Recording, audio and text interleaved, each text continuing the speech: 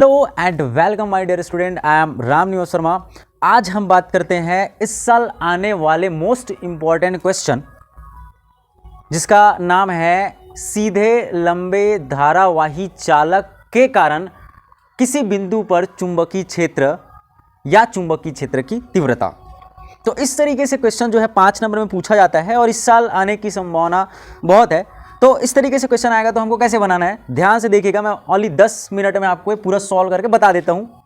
आपको बस वीडियो को ध्यान से देखना है कैसे करना है। तो देखिए यहाँ पे हमको क्या करना है, क्वेश्चन बोला गया है कि सीधे लंबे धारावाही चालक। तो हमको क्या करना पड़ेगा, एक चालक तार बनाना पड़ेगा। सीधे लंबे धारावाही चालक यहाँ पे हमने बनाए हुए, देखो इस तरीके से। अब इसमें क्या है, इसमें यदि मान लो करंट बह रही है, आई करंट इस तरीके से इस चालक तार में बह रही है, और उसके बाद हमको ये देखना है कि इस चालक तार से कुछ दूरी पर है ना बिंदु P है ना, जिस पर हमको क्या करना है, चुंबकीय क्षेत्र की तीव्रता निकालनी है। तो यहाँ पर हम देखेंगे, मान लेते हैं कि इस चालक तार में यहाँ पे देखो एक ये हो गया, एक कोना ये हो गया, इससे हमको बिंदु P को मिला दिए यहाँ पे, और यहाँ से एक बिंदु P को मिला दिए, ये वाला लाइन समझ आ रहा है। जो क्या कर रहा है, जो इस तार के मिड पॉइंट से एंगल बना रहा है। मान ले हो गया इस चालक का एंगल इस मिड पॉइंट से φ1 एंड इधर से हो गया आपका φ2। इस चालक तार के अंतिम सिरे से ये हो गया क्या, φ2। ध्यान से देखना। अब क्या करना है कि पूरे चालक तार का हम बिंदु P पर चुंबकीय क्षेत्र की तीव्रता एक साथ नहीं निकाल पाएंगे। तो इसीलिए क्या करते हैं, इस चालक तार को क्या करते हैं, छोटा सा अल्प मात्रा लेते हैं जिसका नाम है dl। ध्यान से देखिए, जिसका नाम है क्या, dl। तो ये dl जो लंबाई है, इस dl लंबाई से r दूरी पर बिंदु P रखी हुई है। तो सबसे पहले हमको इस dl लंबाई पर निकालना है, या इस dl लंबाई के कारण बिंदु P पर चुंबकीय क्षेत्र की तीव्रता को निकालना है। और यहां से जो एंगल बना रही है, ये एंगल कितना है, थीटा है। याद रखिए, यहां से जो इस चालक तार का टोटल लंबाई है, तो वो इस मिड पॉइंट से φ1 बना रही है, और इस सिरे की लंबाई से φ2 बना रही है। याद रखना, ध्यान से देखना। और ये जो dl लंबाई से जो r दूरी पर बिंदु P तक गए हैं, वहां से जो एंगल है वो क्या है, थीटा है। ध्यान से डायग्राम को देखना, डायग्राम ही मेन है, उसके बाद आप आराम से फटाक से बहुत ही जल्दी बना सकते हैं। तो इस तरीके से डायग्राम की संरचना हमको लिखना है, हमने जो किया और अभी मैं जो बोला। अब उसके बाद देखिए, हमको सबसे पहले स्टार्ट ये करना है कि इस dl, अब यह dl के कारण बिंदु P पर चुंबकीय क्षेत्र की तीव्रता क्या होगी, वो पहले हमको निकालना है। तो देखिए तो हमको क्या करना है, सबसे पहले लिखना है dl है ना, छोटा सा अल्प लंबाई हम बोल सकते हैं यहाँ पे। तो यहाँ पे लिखेंगे हम अल्प लंबाई dl के कारण, ठीक है, बिंदु P पर चुंबकीय क्षेत्र की तीव्रता या चुंबकीय क्षेत्र का परिणाम, वो क्या होगा, इस dl के कारण बिंदु P पर। तो हम जाएंगे बायो-सेवर्ट के नियम से। कौन से नियम से, बायो-सेवर्ट के नियम से, तो बायो-सेवर्ट के नियम क्या बोलते हैं, हमको सबको पता है कि dB क्यों ले रहा हूं, ध्यान से देखिए, छोटा सा अवयव dl के कारण। तो dB इक्वल टू क्या होता है, म्यू नॉट बाई 4 पाई, ठीक है, IDL sine theta by r square. सबको पता है बायो-सेवर्ट के नियम, सबको पता है, ज्यादा डिटेल नहीं जाऊंगा। तो इस बायो-सेवर्ट के नियम से हमको इस क्वेश्चन का हल करना है। तो अब यहां पर देखिए क्या होगा, dB इक्वल टू, dB क्या है, चुंबकीय क्षेत्र की तीव्रता है, लेकिन छोटा मात्रा इसलिए हम dB लिए हैं, नहीं तो इसका टोटल क्या आएगा, B आएगा, ठीक है। तो अब यहाँ पे आप देखिए क्या करना है, फिर IDL sine theta by r square है, क्या मैं इसको ऐसे लिख सकता हूँ, देखिए dB इक्वल टू यहाँ से mu naught by 4 pi IDL sine theta, ध्यान से देखिए, थीटा इक्वल टू हम देखिए यहाँ पर ये dl की वजह से ले रहे हैं, और dl से लंबाई r दूरी पर है ना, क्या है, बिंदु P है। तो अब ध्यान से देखिए, ये थीटा है, इसका एंगल मिड पॉइंट से, इस चालक तार के मिड पॉइंट से ये जो dl लंबाई का है, इसका जो एंगल है वो क्या है, थीटा है। ये क्या है, 90 है, साफ साफ दिख रहा है। तो ये वाला एंगल कितना होगा, ध्यान से देखिए, 90 माइनस थीटा। तो यहां पर हम dl की वजह से ले रहे हैं, dl के कारण बिंदु P पर चुंबकीय क्षेत्र की तीव्रता। तो यहाँ पे थीटा इक्वल टू थीटा नहीं रहेगा, dl में कौन सा कोण बना रहे हैं, 90 माइनस थीटा। तो इसीलिए यहां पे लिख देंगे क्या, 90 minus theta by r square. बहुत ही सिंपल है। अब 90 माइनस थीटा हमको पता है क्या होता है, 90 माइनस थीटा हमको पता है sine 90 minus theta equal to क्या होता है, कॉस थीटा होता है। तो हम यहाँ पे चेंज कर सकते हैं, तो डी बी बराबर mu naught by 4 pi I D L sine को क्या कर दूंगा, कॉस थीटा हो जाएगा। Sine 90 minus theta equal to cos theta होता है बाई आर स्क्वायर। बहुत सिंपल है, ठीक है। अब इसके बाद आप ध्यान से देखिए, इतना आने के बाद हमको क्या करना है वो हमको देखना है। तो यहाँ पर हमको ये दिमाग लगाना है, सबसे पहले यहाँ पे हमारे पास क्या है, डीएल है हमारा, और क्या है यहाँ पे आर स्क्वायर है, ठीक है। तो यहाँ पे डीएल और जो आर स्क्वायर है, ठीक है, इसका कुछ मान आना चाहिए, कुछ मान लाना चाहिए हमको, तभी जाके हम इसको बना सकते हैं। समझ आ रहा है? तो देखिए, एक तो क्या करते हैं, यहाँ पर कॉस थीटा है, तो सबसे पहले हम ध्यान देंगे कि यहाँ पर जो हमारे पास ये त्रिभुज दिख रहा है, कौन कौन से, ओ पी क्यू, तो त्रिभुज ओ पी क्यू में जाएंगे हम, जाएंगे किसमें, त्रिभुज ओ पी क्यू में। याद रखे रहना, ओ पी क्यू में क्या जाएंगे और क्या लेंगे, ओ पी क्यू में हम देखो हमारे पास क्या है, कॉस थीटा है, समझ आ रहा है, और एक तो आर स्क्वायर है, तो हम लेंगे कॉस थीटा। क्या लेंगे, cos theta. Cos theta equal to क्या होता है, आधार बटा कर्ण होता है। तो देखिए आधार क्या है, आप इसमें देखिए आधार क्या है, आधार बटा कर्ण देखना है, समझ आ रहा है। तो यहाँ पर आधार आप देखोगे तो साफ साफ दिखाई दे रहा है, आधार क्या है यहाँ पे, ए है, समझ में आ रहा है, और कर्ण क्या है, आर है। तो यहाँ पर हम लिख देते हैं क्या, ए बाई आर, आधार बटा कर्ण that means a by r, ठीक है। यहाँ से क्या मैं आर निकालना है, ध्यान से देखिए आर निकालना है, तो यहाँ से क्या मैं आर निकाल सकता हूँ, तो आर इक्वल, समझ में आ रहा है।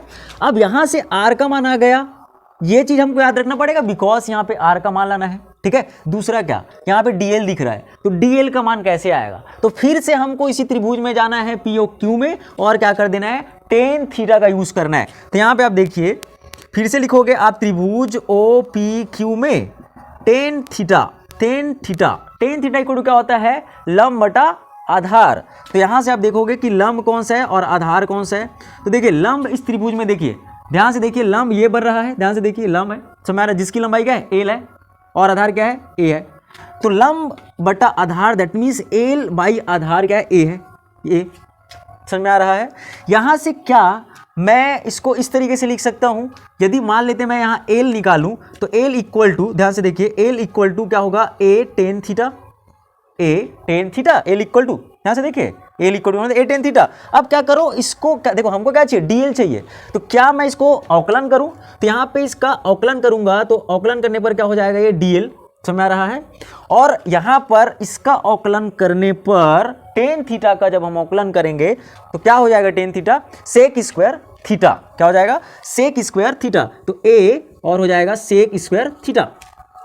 बहुत ही सिंपल है, ध्यान से देखिए, ठीक है। तो जब हमारे पास इस तरीके से आ गया ए सेक स्क्वायर थीटा, समझ में आ रहा है, एंड डी थीटा, इस तरीके से हम इसका अवकलन करते हैं तो आता है। अब हमारे पास देखिए, एक तो डीएल निकल गया, ध्यान से देखिए, एक डीएल निकल गया, आर निकल गया, क्या इसमें मान रख सकते हैं, मान लेते समीकरण 1, तो समीकरण 1 में मान रखने पर, तो अब देखो मान रख देते हैं तो क्या हो जाएगा, समीकरण 1 में मान रखने पर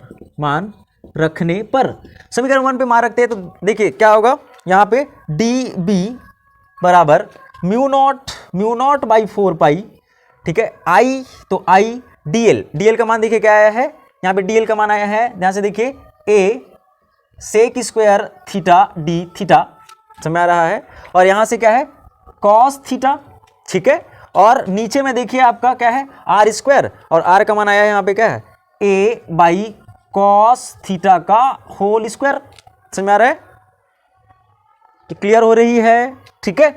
तो अब देखिए यहाँ पे 1 by cos square theta equal to क्या होता है, सेक स्क्वायर थीटा होता है, और सेक स्क्वायर थीटा यहाँ से कट जाएगी, ध्यान से देखो, सेक से क्या हो जाएगा, कट जाएगा। तो अब आगे कैसे करना है वो चीज़ हमको देखना है, ठीक है। तो अब देखो यहाँ पर हमारे पास क्या मिल के आएगा, क्या क्या बचेगा, वो चीज़ को हमको देखना है, ठीक है।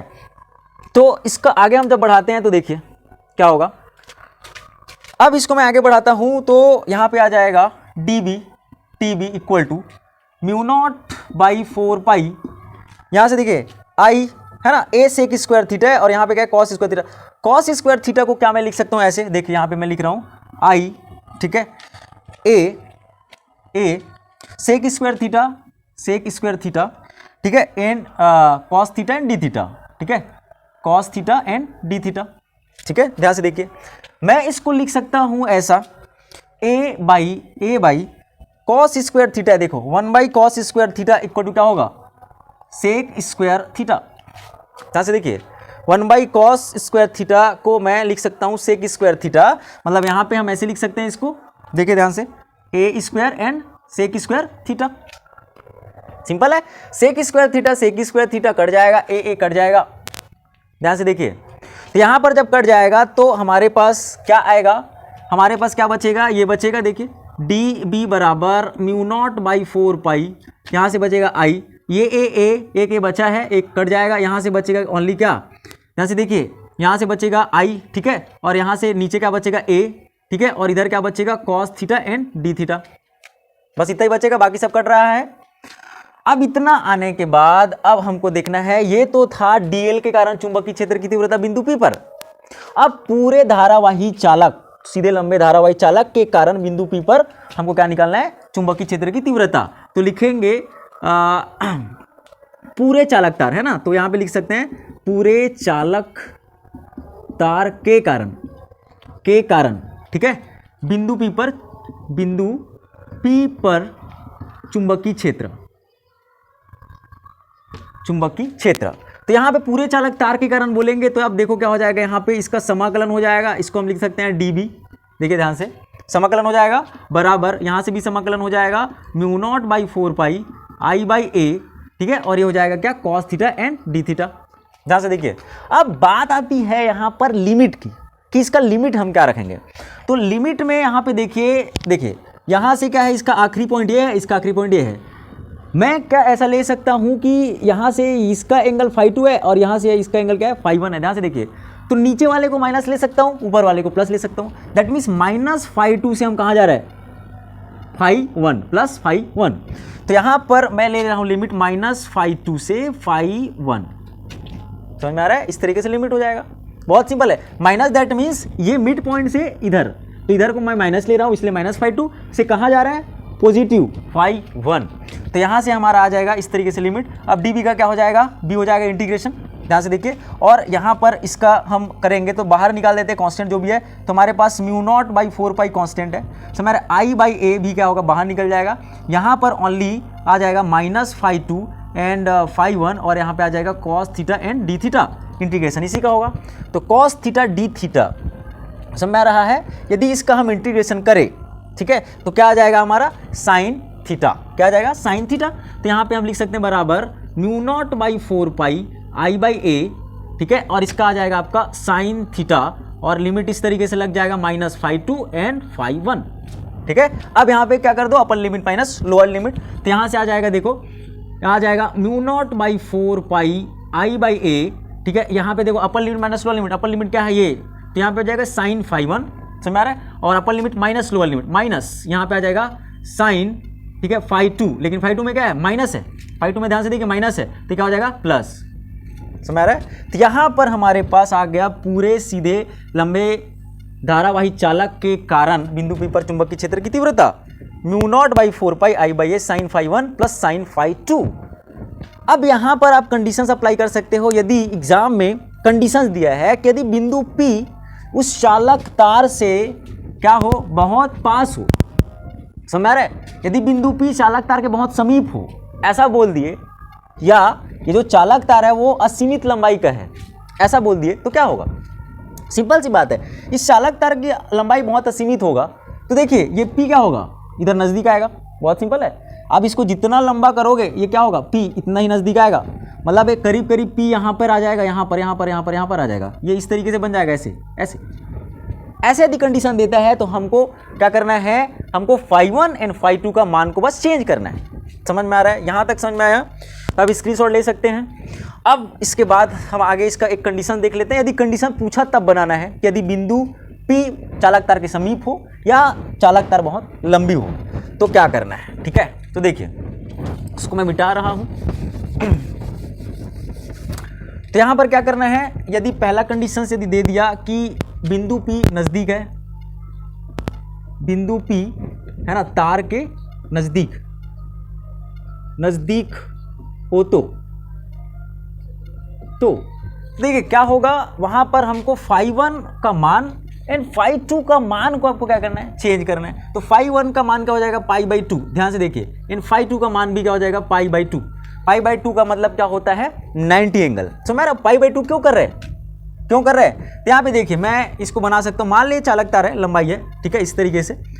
अब क्या बोल रहे हैं कि इसकी असीमित लंबाई है। अब इसको लंबा करोगे, इस तरीके से लंबा करोगे, मैं इसको इस तरीके से लंबा कर रहा हूँ, देखो तो क्या होगा, जो बिंदु P है वो नज़दीक आएगी, मतलब बिंदु P यहाँ पर था।